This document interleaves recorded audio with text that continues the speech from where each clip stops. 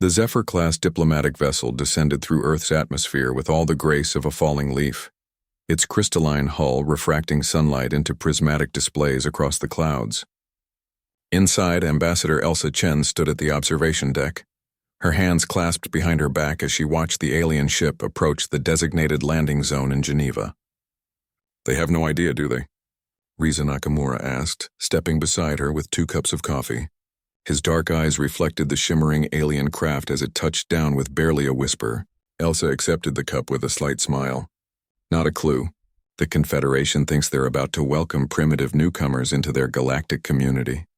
She took a sip, savoring the rich flavor. "Should we tell them or let them figure it out?" The Threshold delegation emerged from their ship exactly 17 minutes later, their insectoid forms moving with practiced diplomatic precision. Their leader, High Arbiter Zelmoths, extended 3 of his 6 limbs in the traditional greeting gesture his xenologists had assured him humans would understand. What the Confederation didn't know, what they couldn't have known, was that humanity had been watching them for 300 years. The first human explorers had stumbled through a quantum anomaly in 2089, emerging in a distant sector of the galaxy with nothing but a damaged research vessel and determination. They'd returned home in secret, and humanity had learned its first great lesson: never reveal your true capabilities to the unknown. Since then, humanity had quietly seeded the galaxy with observation posts, quantum-linked satellites, and deep-cover operatives. They'd watched civilizations rise and fall. They'd studied the Confederation's politics, technology, and military capabilities, with the patience of apex predators observing potential prey. "Welcome to Earth," Elsa said in flawless Threshold dialect, her vocal implants modulating her voice to the proper resonant frequencies. "We are honored by your arrival." Zelmoth's antenna quivered, a sign of surprise his species couldn't fully control. "You speak our tongue?" "We are quick learners," Riza interjected smoothly, also speaking perfect Threshold. "Your gift of linguistic data has been educational."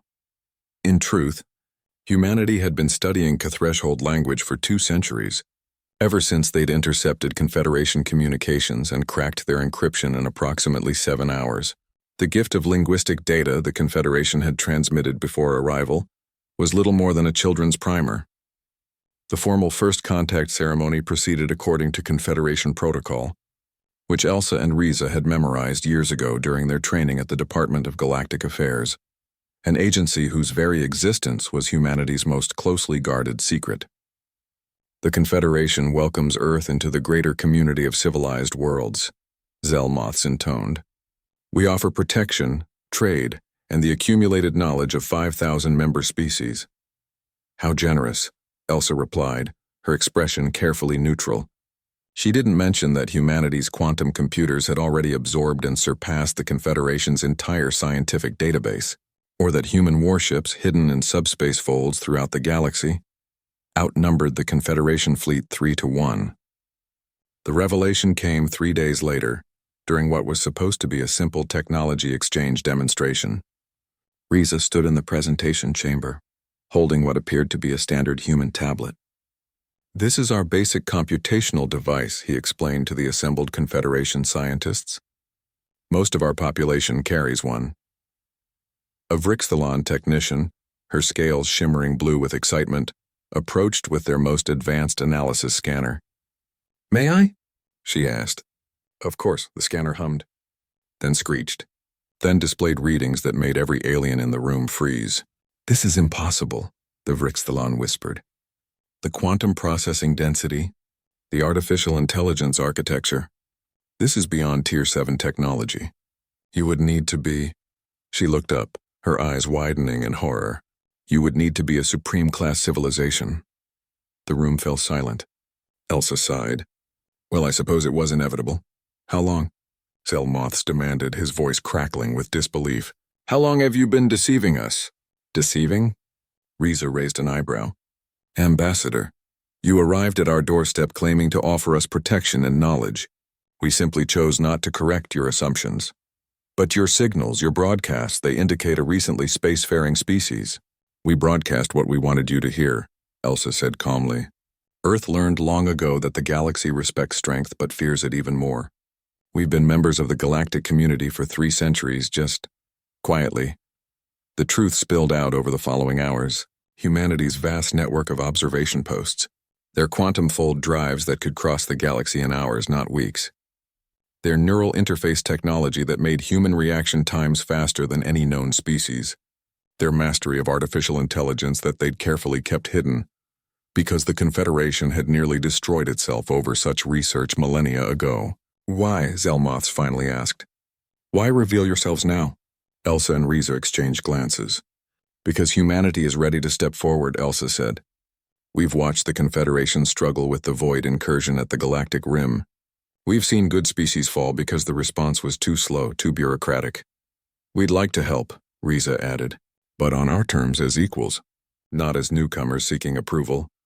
Zelmoth's antenna drooped in resignation. The Confederation Council will need to convene. This changes everything. We know, Elsa said gently. But perhaps it changes things for the better. Humanity doesn't seek to conquer or dominate. We simply want to ensure that when we finally take our place among the stars, it's a place we chose, not one assigned to us. As the alien delegation departed, looking considerably more shaken than when they'd arrived, Riza turned to Elsa with a wry smile. Think we scared them too badly? Probably, Elsa admitted. But respect born from fear is still better than being patted on the head like children. She looked up at the night sky, where humanity's hidden fleet waited in the darkness between stars. Besides, someone needs to remind the galaxy that the universe doesn't stop at the borders of the Confederation. Humanity, fuck yeah? Riza offered with a grin. Elsa laughed. Humanity, fuck yeah. Above Earth, invisible to all but the most advanced sensors, 1,000 human warships maintained their silent vigil, not as conquerors but as guardians. Humanity had learned patience in the darkness between stars. Now finally they would walk in the light, but on their own terms, always on their own terms.